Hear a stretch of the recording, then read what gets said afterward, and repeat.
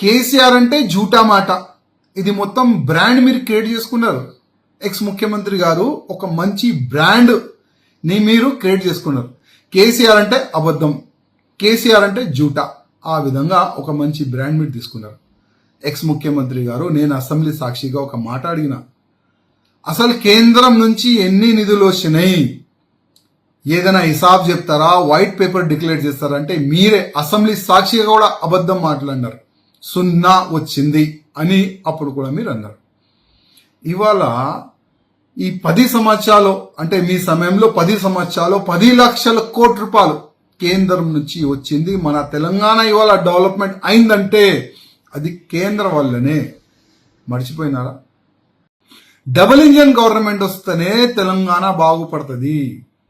కానీ దురదృష్టం మా వాళ్ళు కరట్లేదు. లేకపోతే ఎప్పుడో మా గవర్నమెంట్ వచ్చేది.